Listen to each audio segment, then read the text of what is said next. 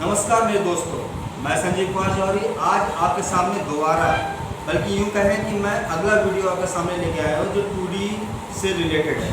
इससे पहले मैंने 2D के आपको दो टॉपिक स्क्वायर और रेक्टेंगल बताए हैं, उससे क्वेश्चंस बताए हैं।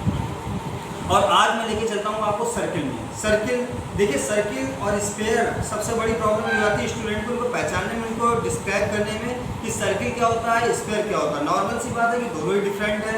सर्किल में एक घेरा होता है, एक गोल घेरा जो आपको वॉच में मिल जाएगा, एक गोल घेरा जो आपको किसी टायर में मिल जाएगा, एक गोल घेरा जो आपको किसी साइकिल के रिम में, या फिर हम कह सकते हैं कि मोटरसाइकिल किसी का भी पहिया जो हो सकता है वो टोटल सर्कुलर होता है। लाइक दिस, इस पहिए की तरह ये पहिया जो है सर्कुलर है। हम इसे सर्किल के लिए समझने के लिए बहुत अच्छी तरह से यूज कर सकते हैं कि जो सर्किल में ये जो घेरा है जहाँ से पहिया रोटेट होता है, ये फिक्स पॉइंट है। इस फिक्स पॉइंट को हम बोलेंगे सेंटर, और इसके बाद इस सेंटर से ये जो यहाँ से यहाँ तक मेरी दूरी, ये 1 2 3 4 5, ये यहाँ पे इसके रेडियस को शो कर रही है। क्योंकि रेडियस जो है वो क्या होता है, सेंटर से लेके मतलब फिक्स पॉइंट से लेके मूवेबल पॉइंट तक के डिस्टेंस को हम रेडियस बोलते हैं। इसके बाद आपको ये घेरा दिख रहा है, ये घेरा इसका सर्कमफेरेंस कहलाता है। अगर आप सर्कमफेरेंस को बहुत अच्छा समझना चाहते हैं तो ये जो टायर इसके ऊपर चढ़ा हुआ है ये इसके सर्कमफेरेंस को शो करता है। अब अगर हम एरिया की बात करें तो इसमें एरिया जो है आपका, ये यहाँ पे जो रेडियस हमने आपको बताई और जो सेंटर बताया, ये पूरा हिस्सा इसका एरिया का है, जबकि इसके टायर का हिस्सा जिस पर टायर चढ़ा हुआ है वो इसका सर्कमफेरेंस कहलाता है। अगर जब हम रिवोल्यूशन की बात करें कि वन रिवोल्यूशन क्या होता है, तो देखो दोस्तों, रिवोल्यूशन के लिए जब आप इस पॉइंट से चलते हैं और इस पॉइंट पे चल के, यानी जब आप घूमते घूमते ये पॉइंट जो है फिर यहाँ तक आ जाता है, इसको बोलते हैं वन रिवोल्यूशन यानी वन चक्कर।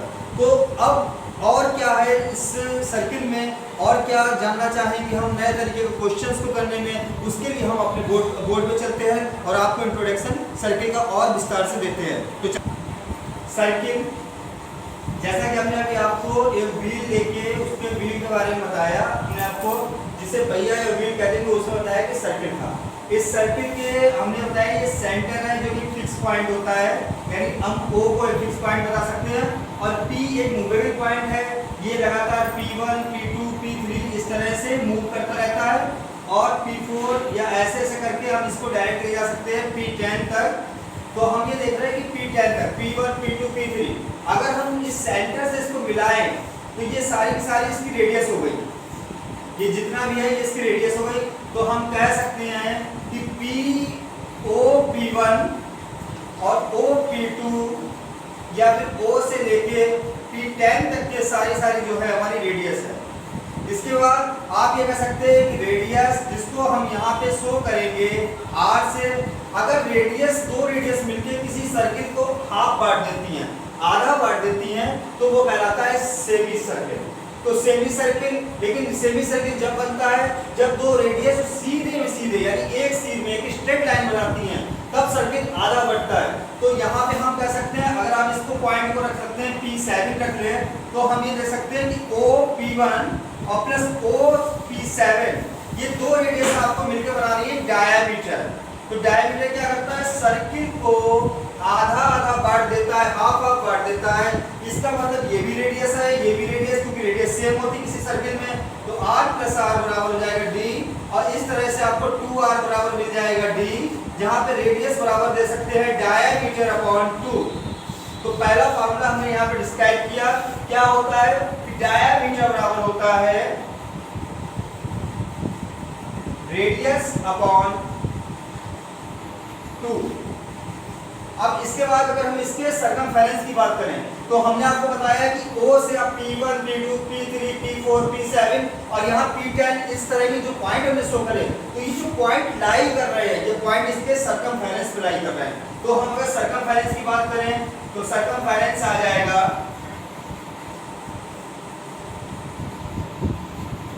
यानी हम कह सकते हैं OP1 प्लस OP2, और ऐसे बहुत ढेर सारे पॉइंट होंगे इस सर्किल के ऊपर Pn तक के। मान लिए कि वो सब हमने यहाँ पे OP1 N तक हो गए। तो अगर हम ये रेडियस इस तरह से N तक रेडियस को ऐड करते हैं, तो हम देख रहे हैं कि सर्किल यहाँ पे इस पॉइंट से लेके और इस पॉइंट से इस पॉइंट तक आने में हमने पूरा एक सर्किल क्रॉस कर लिया, यानी एक पूरा 360 का एंगल बना दिया, क्योंकि 360 का एंगल क्या होता है, पॉइंट टू पॉइंट पे आना।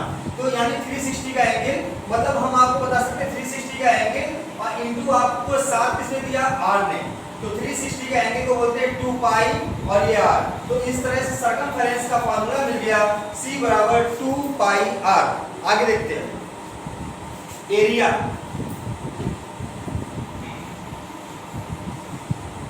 एरिया ऑफ सर्किल जिसको लिखते हैं पाई r स्क्वायर। अब सर्किल की बात करें, अगर सर्किल में भी हमने आपको बताया था कि कोई भी डायामीटर मिलकर सर्किल को आधा बांट देता है, तो इस तरह से जो हमको एक सर्किल मिलेगा उसको हम बोलेंगे half circle.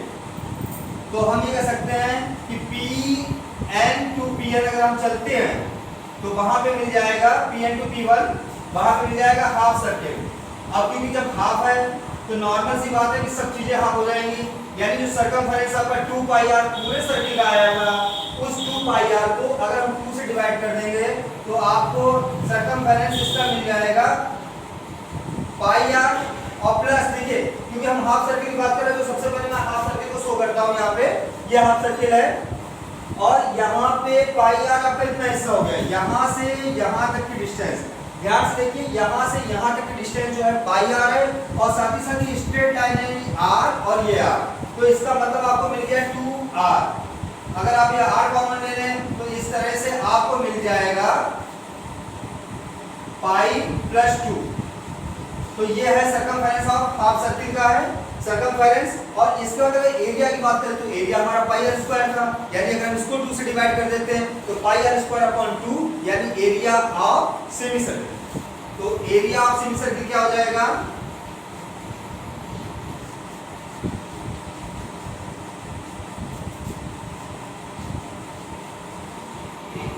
Pi r square by 2। अब बात करते हैं क्वाड्रेंट की, या हम कह सकते हैं कि क्वार्टर सर्किल।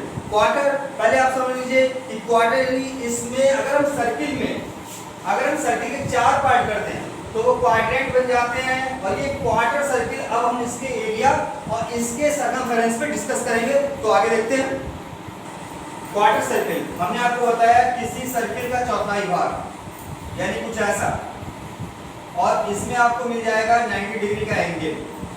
तो इसका जो, अब ये देखिए ये भी रेडियस है और ये भी रेडियस है, और इसके बाद क्योंकि हमने हाफ सर्किल बताया था कि वो क्या था, पाई r था, और यहाँ पे ये हो जाएगा पाई r बाई 2।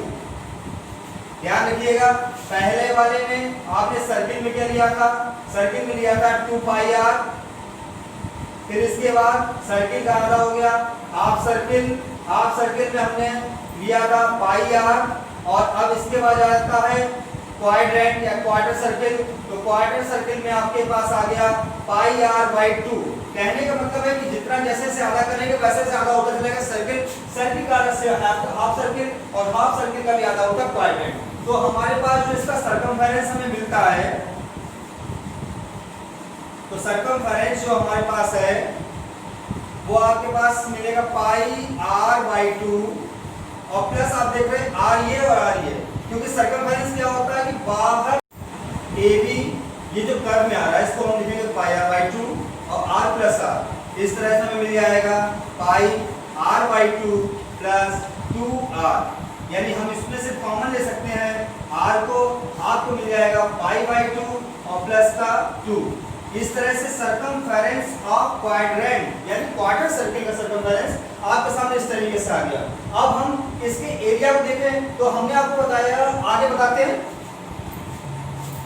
तो एरिया ऑफ क्वार्टर सर्किल,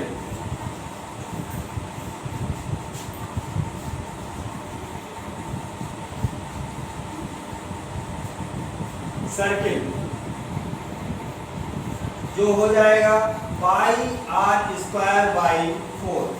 तो ध्यान रखिएगा एरिया अगर हम सर्किल का देखें तो आपको मिलेगा पाई r स्क्वायर। अगर एरिया हम सेमी सर्किल का देखें तो इसका आधा कर दोगे आप, यानी पाई आर स्क्वायर बाई 2। और अगर हम क्वार्टर सर्किल का एरिया देखें तो इसका एरिया आ जाएगा पाई आर स्क्वायर अपॉन 4। अब ये आपने सर्किल के दोनों पार्ट्स को, circle, semi circle, quarter circle, अब इसके बाद एक कॉन्सेंट्रिक सर्किल होता है। कॉन्सेंट्रिक सर्किल क्या होता है? अगर हम देखें इस पॉइंट से, एक सेंटर से अगर हम कई सर्किल खींचते चले जाएं तो वो सर्किल कहलाता है कॉन्सेंट्रिक सर्किल और एनुलस। तो हम यहाँ पे एनुलस के पाथ के बारे में, कि एनुलस का पाथ क्या होता है, एनुलस क्या है और वो किस तरीके से उसके फॉर्मूले होंगे, उसको हम यहाँ पे देखेंगे। तो ठीक है, देखते हैं। एनुलस,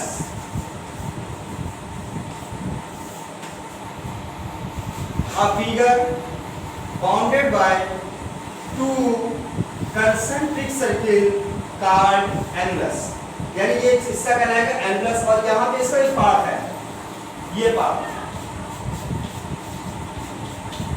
तो सिंपल सी बात है कि इसकी रेडियस है वही r1 और ये हम आपको मान लेते हैं d।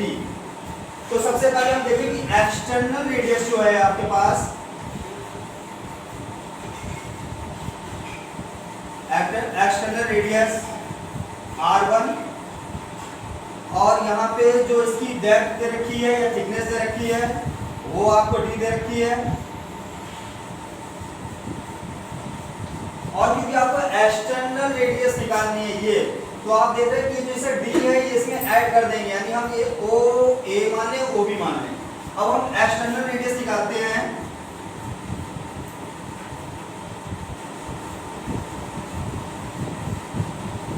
तो ये हो जाएगी r1 प्लस d, जिसको हम बोलेंगे r2। अब बात करते हैं इसके पाथ का एरिया ऑफ पाथ क्या होगा। तो एरिया ऑफ पाथ जो है यहाँ पे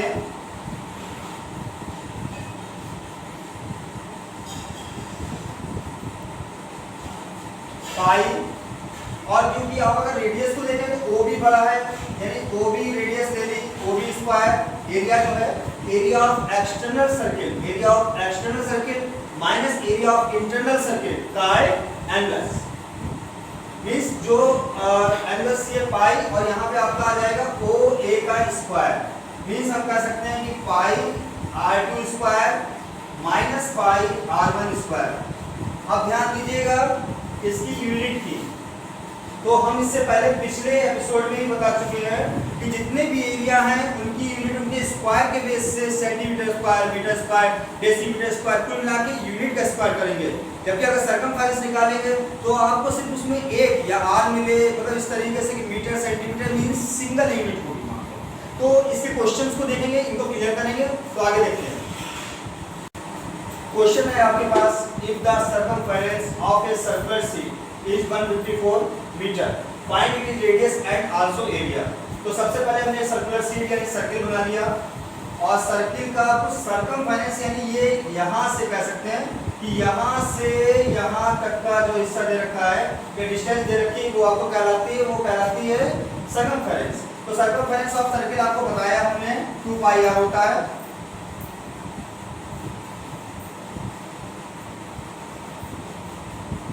ऑफ सर्किल 2 पाई r और सरकमफेरेंस आपको गिवन है 154।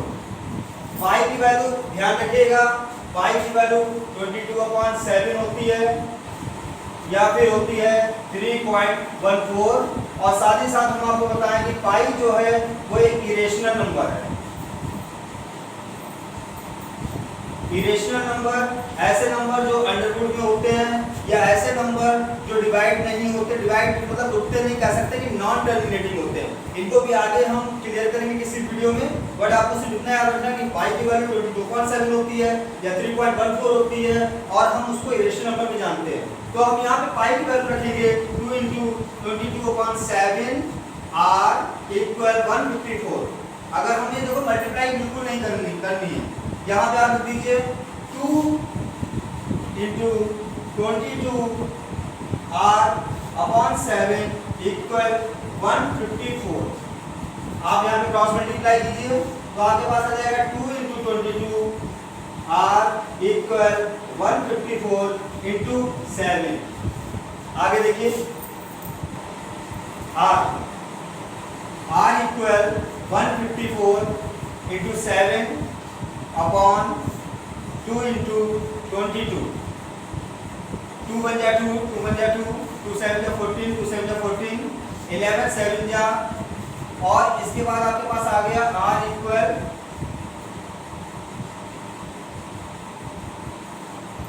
7/2, और आपकी ये यूनिट जो है मीटर में रखी है, तो यहाँ पे मीटर में आ गई है। अब आपसे पूछा गया कि इसका एरिया क्या होगा, यानी हमने रेडियस को फाइंड आउट कर ली जैसे कि क्वेश्चन की डिमांड थी। अब बात है एरिया की, तो एरिया क्या होता है, एरिया ऑफ सर्किल होता है पाई r स्क्वायर, और पाई माफ कीजिएगा 7 इंटू 7 आएगा, इस तरह से रेडियस जो मिल जाएगी 49/2 मिल जाएगी। तो पाई की वैल्यू हम यहाँ पे इसको देखते हैं आगे, पाई की वैल्यू 22/7, और r आपके पास आया 49/2 का स्क्वायर, यानी आपको मिलेगा 27/7 इंटू 49/2 इंटू 49/2, 11 7 7 जा 49, और आपके पास यहाँ पे 11, okay 11 into 7 into 49/2, 11 into 7 into 49/2, इसकी मल्टीप्लाई आएगी 3773/2। अगर हम इसको डिवाइड करते हैं तो 1886.5, और क्योंकि इसकी यूनिट शुरुआत में दे रखी है मीटर स्क्वायर, तो इसकी यूनिट आएगी मीटर स्क्वायर। अब देखते हैं नेक्स्ट क्वेश्चन। तो नेक्स्ट क्वेश्चन है a circular cons of diameter is surrounded by A grass path. एक सर्कुलर कॉन है और उसके चारों तरफ घास का मैदान है। तो नॉर्मल सी बात है, अगर सर्कुलर अगर मैदान है तो उसके पास जो घास का मैदान बना होगा वो भी सर्कुलर होगा, यानी कि हमें यहाँ पे एंगल्स दे रखा है लाइक दिस, और इसका डायमीटर दे रखा है 20, सो डायमीटर आपको गिवन है 40 मीटर।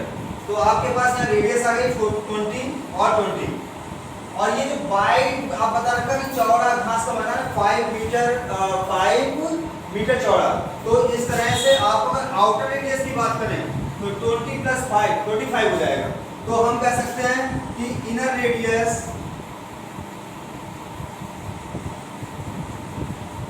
R1 इक्वल 20 मीटर, और जो आउटर रेडियस है यानी R2 आउटर रेडियस R2 20 + 5 यानी 25 सेंटीमीटर। सिंपल सा क्वेश्चन है, 25 मीटर कि आपसे कहा जा रहा है find the area of the path, यानी ये जो रास्ता बना है इसका एरिया कितना होगा। तो हमने बताया था एरिया ऑफ पाथ क्या हो जाएगा, area of external circle minus area of internal circle. तो हम यहाँ पे लिखेंगे area of path, normal formula जो हम लोगों ने पढ़ा है pi R2 square minus pi R1 square.